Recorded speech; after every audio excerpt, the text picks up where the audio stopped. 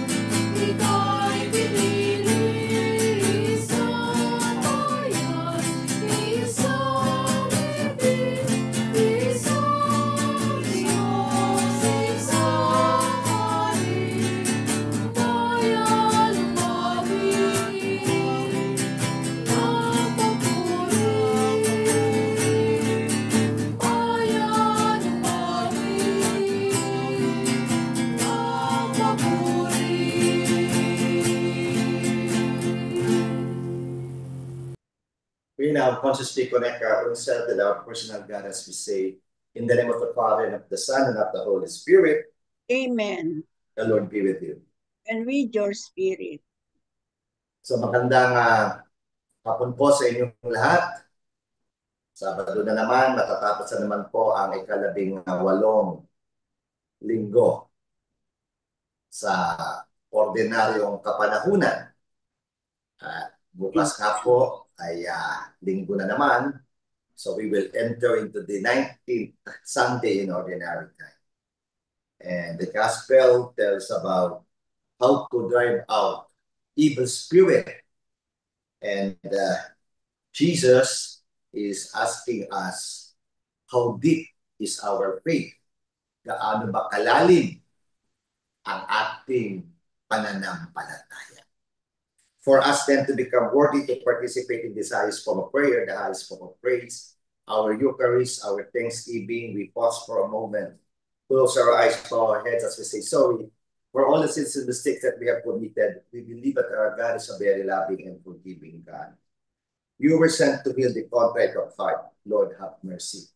Lord, have mercy. You came to call sinners. Christ, have mercy. Christ, have mercy. You are seated at the right hand of the Father to intercede for us. Lord, have mercy. Lord, have mercy. May Almighty God have mercy on us, forgive us our sins, and bring us to life which is everlasting. Amen. Let us pray as we include all our intentions. And again, kindly include the soul of our brother Joseph Joy Gomez, and the soul of the growth ministry head of HJM. We call her Tita Jane Messina. Draw near to your servants, Lord, and answer their prayers with unceasing kindness, that for those who glory in you and their Creator and Guide, you may restore what you have created and keep safe what you have restored. To our Lord Jesus Christ, your Son, who lives and reigns with you in the unity of the Holy Spirit, one God, forever and ever. Amen. The Liturgy of the Word.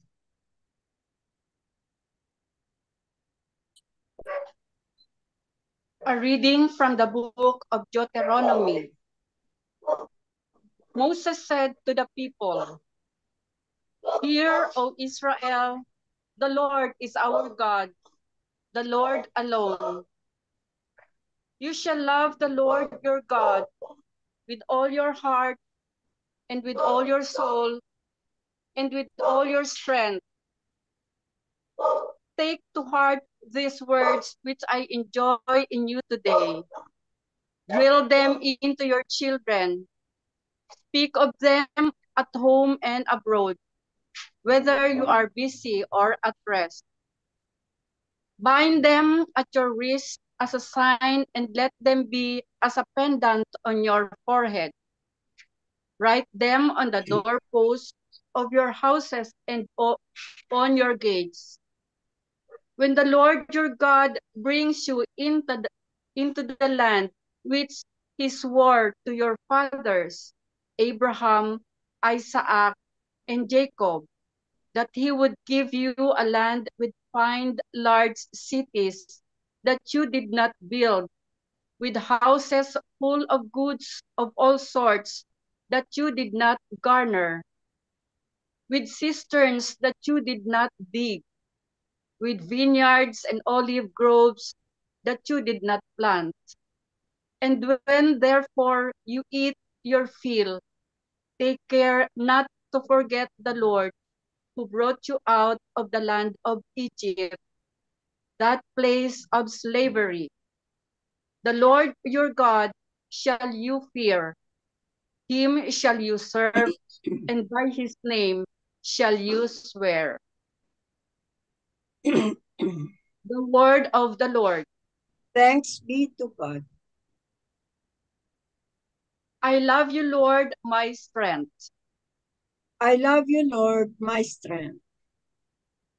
I love you, O Lord, my strength. O Lord, my rock, my fortress, my deliverer. I love you, Lord, my strength.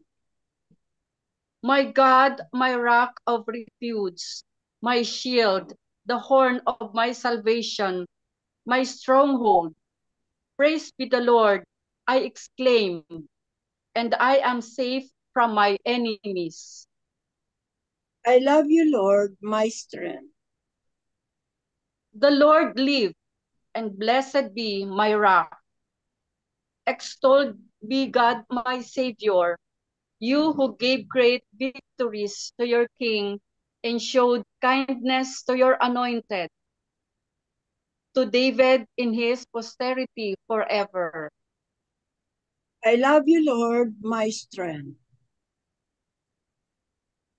Alleluia, alleluia. Our Savior Jesus Christ has destroyed death and brought life to light through the gospel. Alleluia, alleluia.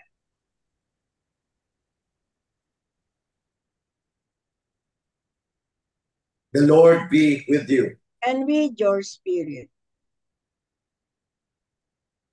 A reading from the Holy Gospel according to Matthew. Glory to you, O Lord. A man came up to Jesus, knelt down before him, and said, "Lord, have pity on my son, who is a lunatic and suffers severely. Often he falls into fire and often into water. I brought him to your disciples, but they could not cure him." Jesus said in reply, "O faithless and perverse generation, how long will I be with you? How long will I endure you? Bring the boy here to me." Jesus rebuked him, and the demons came out of him. And from that hour, the boy was cured. Then the disciples approached Jesus in private and said, "Why could we not drive it out?" He said to them, "Because of your little faith. Amen, I say to you, if you have faith the size of a mustard seed, you will say to this mountain, 'Move from here to there,' and it will move. Nothing will be impossible for you. The Gospel of the Lord. Praise to you, Lord Jesus Christ. So, muli, magandang hapon sa inyong lahat. Napakinggan po natin ang isang pangyayari. Okay. So, yung isang ama ay pumunta kay Jesus. Dahilan, yung anak niya, dinala niya sa kanyang mga tagasunod. Pero ano nangyari? Walang nangyari. No? Kaya napagalitan sila ni Jesus. Sabi niya, matagal na tayo magkasama, ano pang gagawin ko para matutunan ninyo magpalayas ng demonyo. So yun ang pinaka-background. So ngayon, ano makukuha natin sa mensahe ni Jesus sa Ebanghelyo ngayon? Una, so let me summarize the gospel by giving 3 insights. Number 1, let's see. The power of faith isn't in its size but in its nature. Gandang paalala. Paano daw natin mararanasan ang lakas ng pananampalataya? Hindi yan doon sa size, kundi yung anong meron ka sa loob, yung pananampalataya mo. So dito po makikita natin bakit ang tanong, bakit hindi napalayas ng mga disciples yung masamang espiritu doon sa ama, sa anak ng ama na humihingi ng tulong. So anong kinakailangan? Yung real power of faith na hindi makikita yan sa size kundi sa nature. Ano ibig sabihin yun? So ang ibig sabihin po, Jesus' famous mustard seed analogy, yung pagpaparehas ni Jesus sa pananampalataya sa isang maliit na butil ng mustasa ay hindi doon sa dami of faith, not in the quantity yung dami, but it is in its quality. Abiding kalidad. So a small amount of genuine and unwavering faith in God's power is more effective than a large amount of uncertain or wavering belief. Doon pinapakita. Ano ba talaga yung kagandahan ng pananampalataya ng bawat isa sa atin? So the key isn't a massive emotional feeling, but a deep, confident trust that God can and will act no matter how impossible the situation is.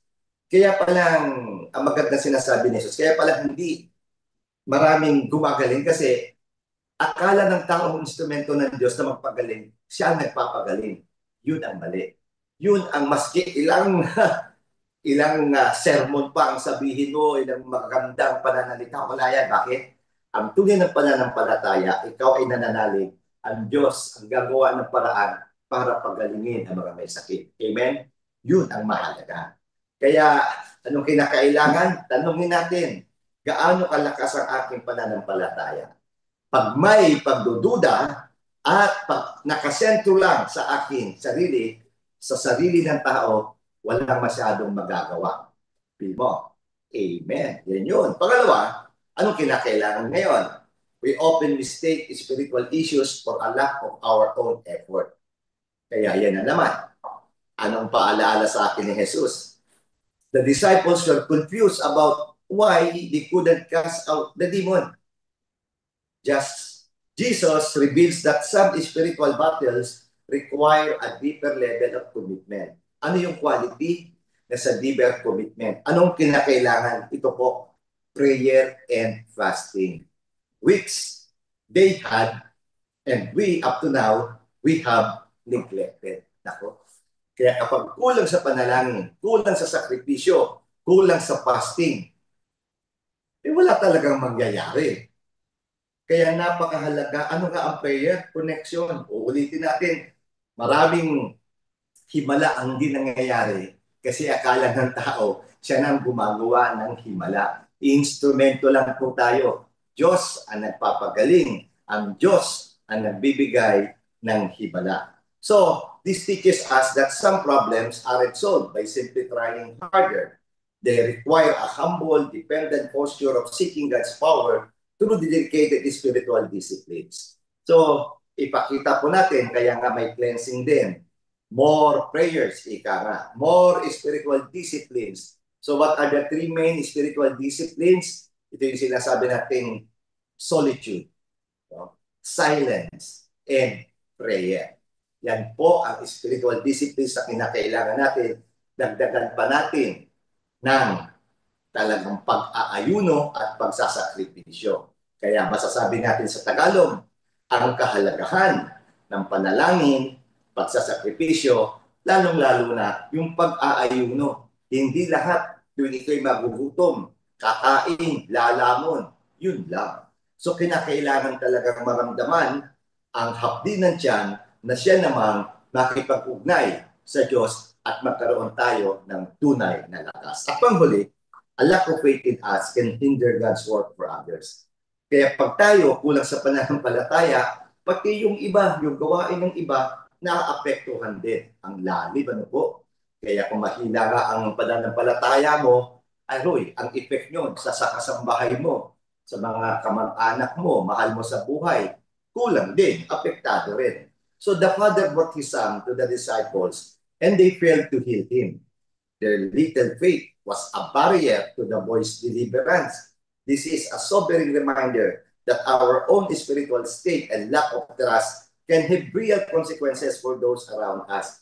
Naalala niyo yun, Sister Paz, Sister Resty, nung si Jesus ay pumunta doon sa isang bahay na kung saan may 12 taong gulang babae, hindi maniwala anong ginawa ng Panginoon. Pinaalis niya yung mga nasa loob na uksisera lang. Anong sabi? Patay na yan, patay na. Hindi. Kaya pinaalis sila. Nung makita ni Jesus, anong sabi? Natutulog lang. Pero sinong sinama ni Jesus? Yung may pananampalataya. Yung mga magulang at yung mga apostoles niya na malalim ang pananampalataya. Kaya sa buhay, dito lang sa Healing Eucharist, yung mga mahihina, walang pananampalataya, huwag na natin isama. Bakit? May epekto yun eh. Hihina ang apostolate natin. Kaya yun nga ang sinasabi, pag walang dedikasyon, hindi na nanalangin, ay nako, hindi yun nakakatulong.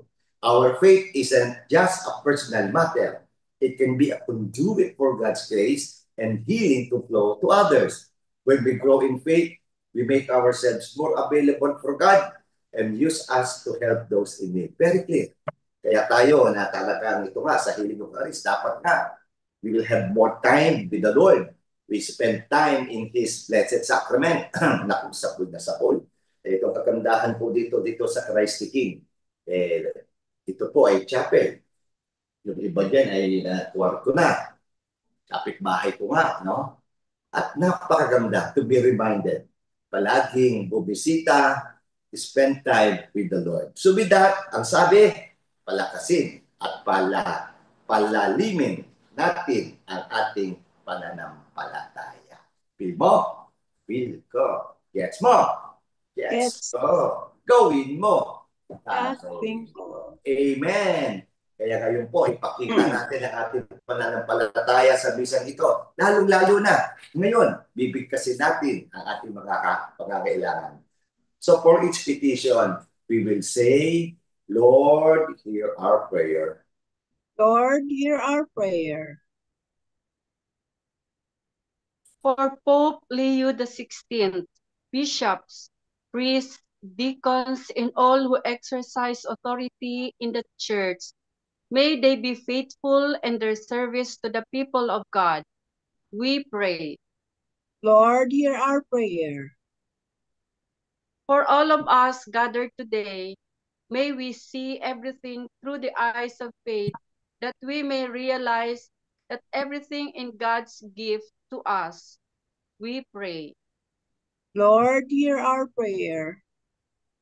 For all missionaries who have left home, country, and family to proclaim the gospel to all nations, may the Lord protect them from all dangers, strengthen them in their loneliness, give joy to their communities, and fulfillment in their apostolate. May the Lord reward them in this life and in the life to come for their sacrifices and generosity for the kingdom. We pray. Lord, hear our prayer. Let us pray for the urgent concerns of our community, our personal intentions. And let us also include in our prayers all the souls in purgatory, especially the souls of Father Lino Nicasio and Brother Joy Gomez. Let us pray. Lord, hear our prayer. Yes, Lord, we need you and we trust in you. And we claim, O Lord, that you will truly give us this best for each one of us. And thank you, O Lord, in advance for answering all our petitions. All this we ask through Christ, our Lord. Amen. The Liturgy of the Eucharist.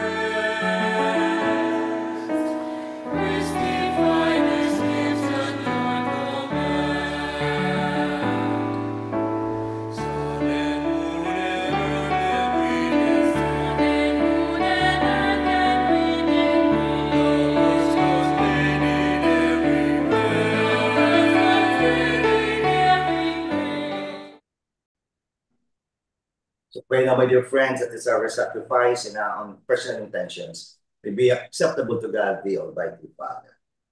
May the Lord accept the sacrifice at your hands for the praise and glory of his name, for our good and the good of all his holy church. Graciously sanctify these gifts, O Lord, we pray, and accepting the oblation of this spiritual sacrifice, make of us an ever eternal offering to you through Christ our Lord. Amen. Amen. The Lord be with you. And with your spirit, Lift up your hearts. we lift them up to the Lord. Let us give thanks to the Lord our God. It is right and just. It is truly right and just, our duty and salvation, always and everywhere to give you thanks, Lord, Holy Father, through your beloved Son, Jesus Christ, your Word, through whom you make all things, whom you sent as our Savior and Redeemer, incarnate by the Holy Spirit and born of the Virgin.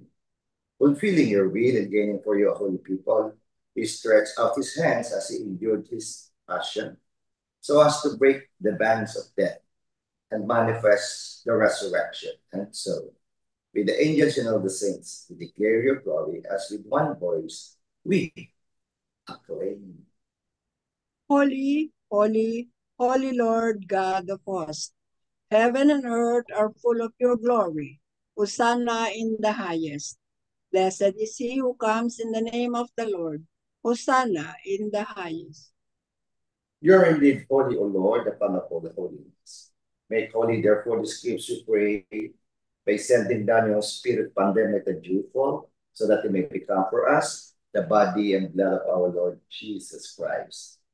At the time he was betrayed and entered willingly into his passion, he took bread and giving thanks, broke it, gave it to his disciples, saying, "Take these, all of you, and eat of it, for this is my body, which will be given up for you."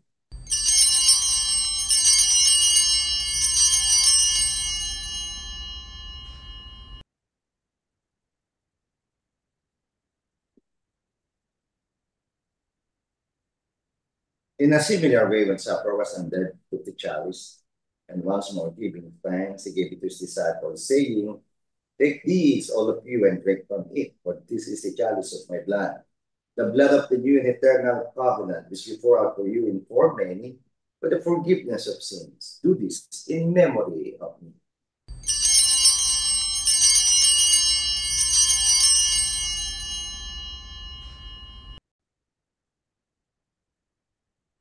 The mystery of faith.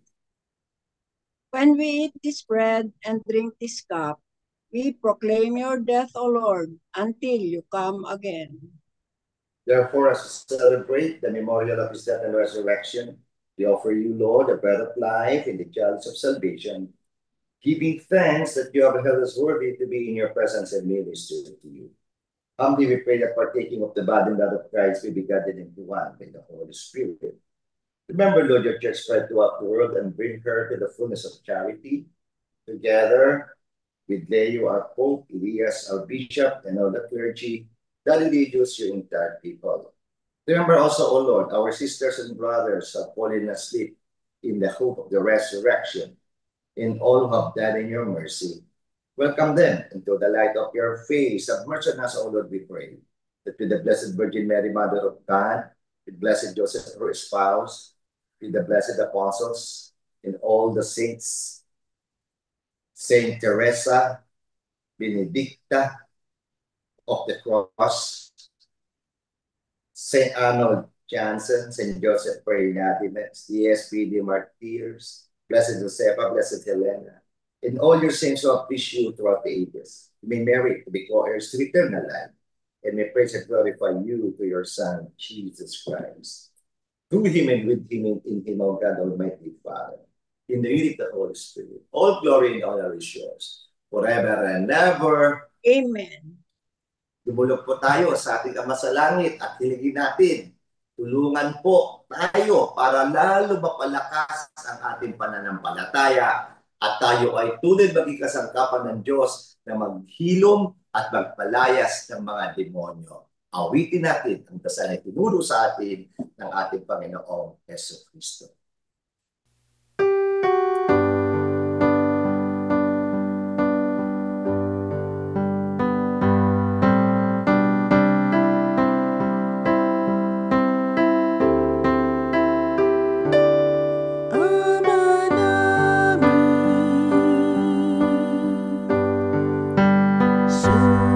Sumasalangit ka sa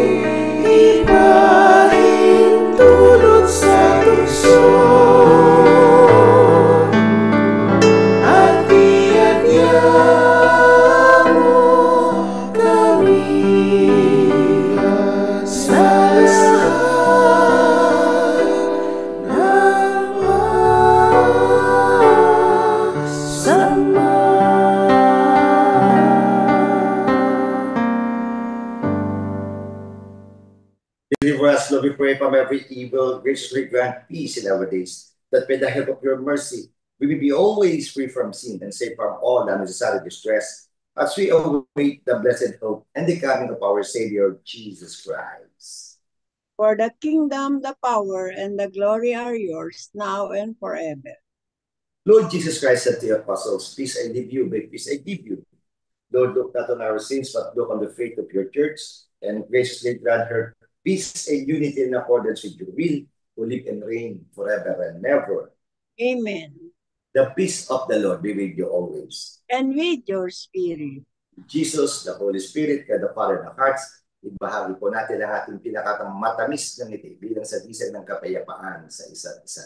Peace, Sister Paz, Sister Resty, Jeff, and Marlo sa lahat. Peace be with you all. Lamb of God, you take away the sins of the world, have mercy on us. Lamb of God, you take away the sins of the world, have mercy on us. Lamb of God, you take away the sins of the world, grant us peace.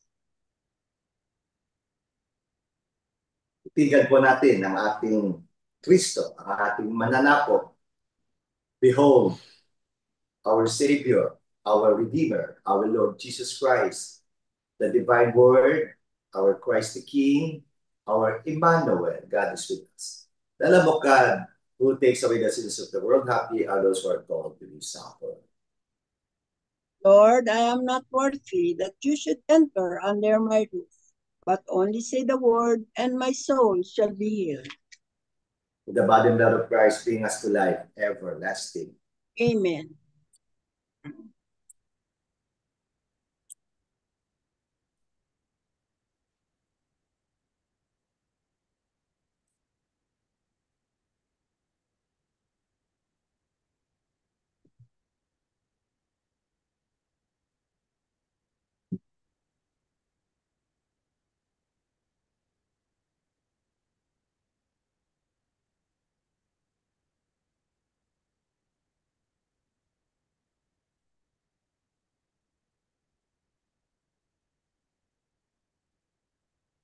The Jubilee Prayer.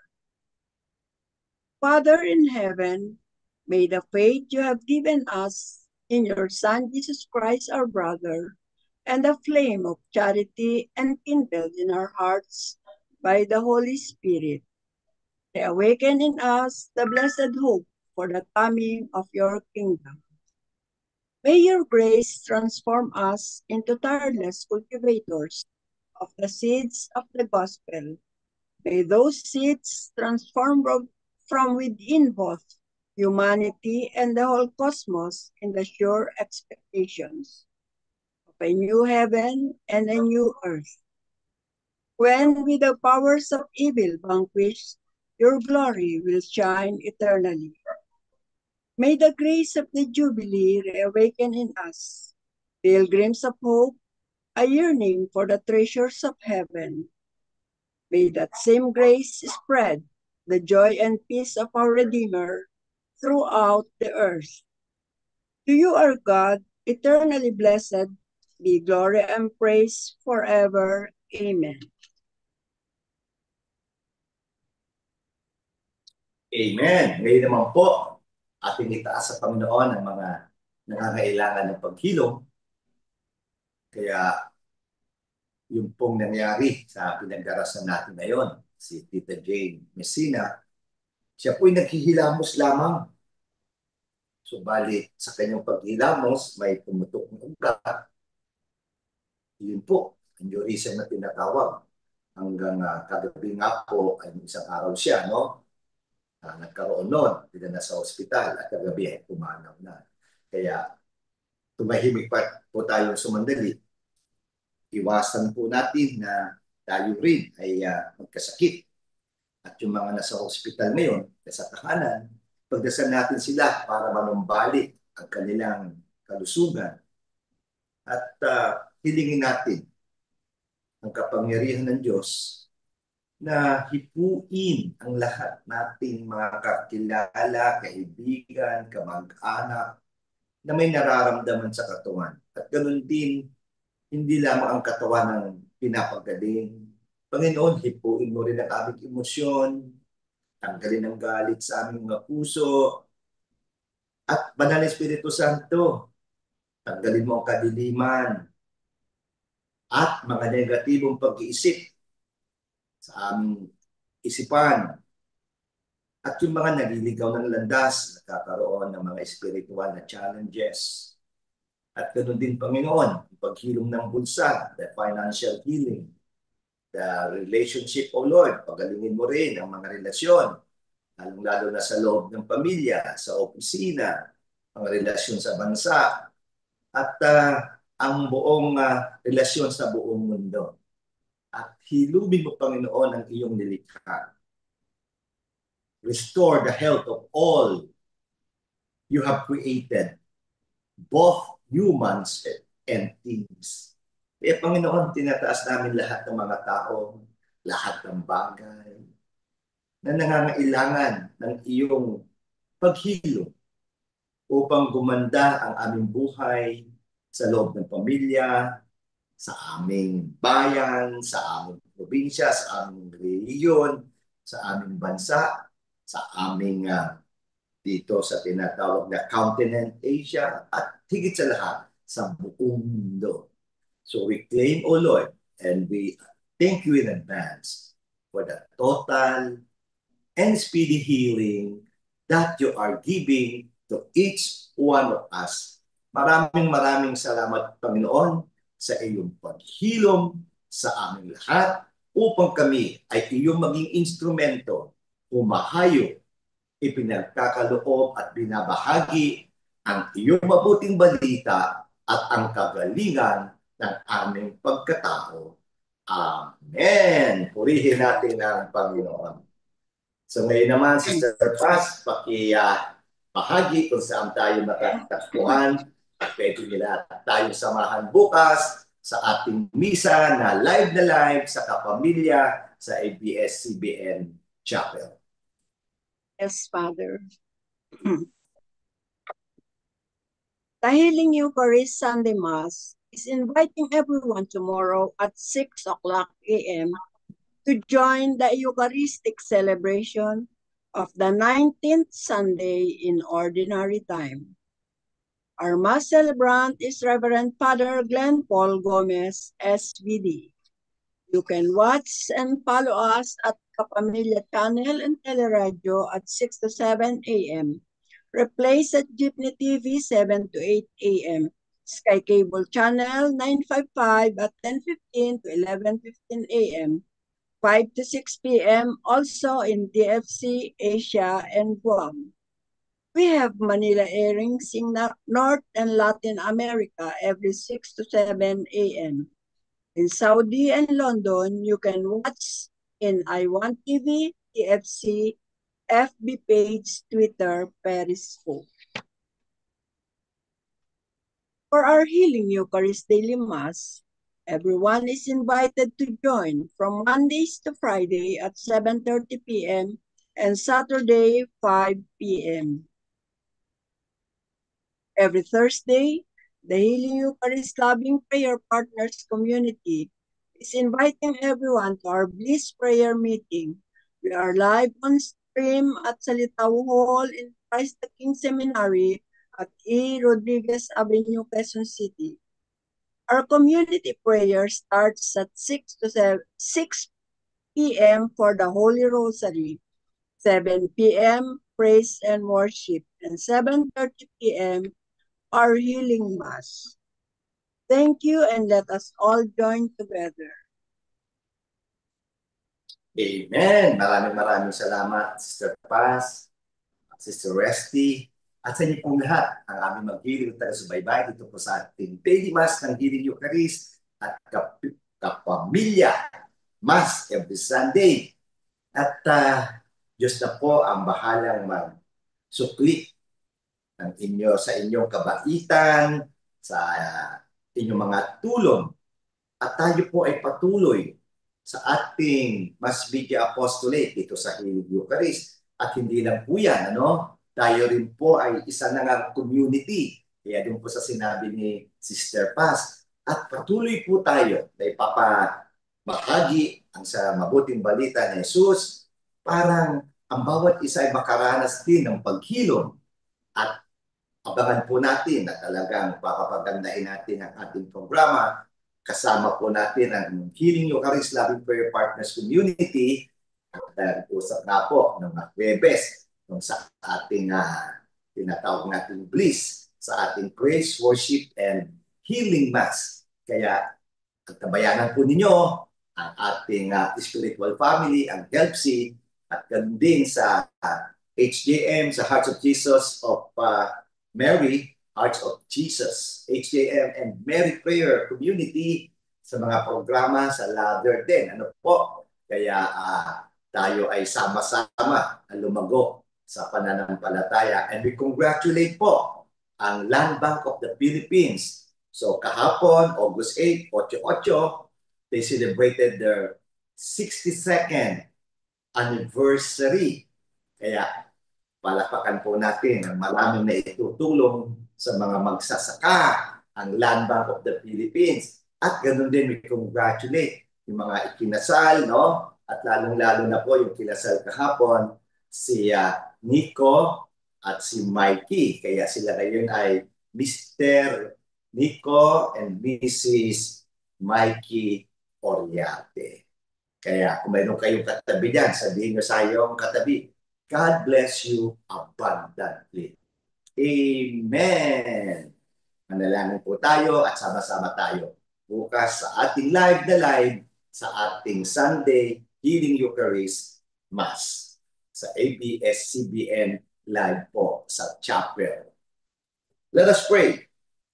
Accompany with constant protection, O Lord, those you renew with these heavenly gifts, and in your never-failing care for them, make them worthy of eternal redemption through Christ our Lord. Amen. The Lord be with you. And with your spirit. May Almighty God bless you, the Father, the Son, and the Holy Spirit. Amen. Our Eucharistic celebration has just ended, but our mission Begins. Go with Jesus, go with the Holy Spirit, go with God the Father, because God goes with you. Thanks be to God. Thank you, Father Glenn.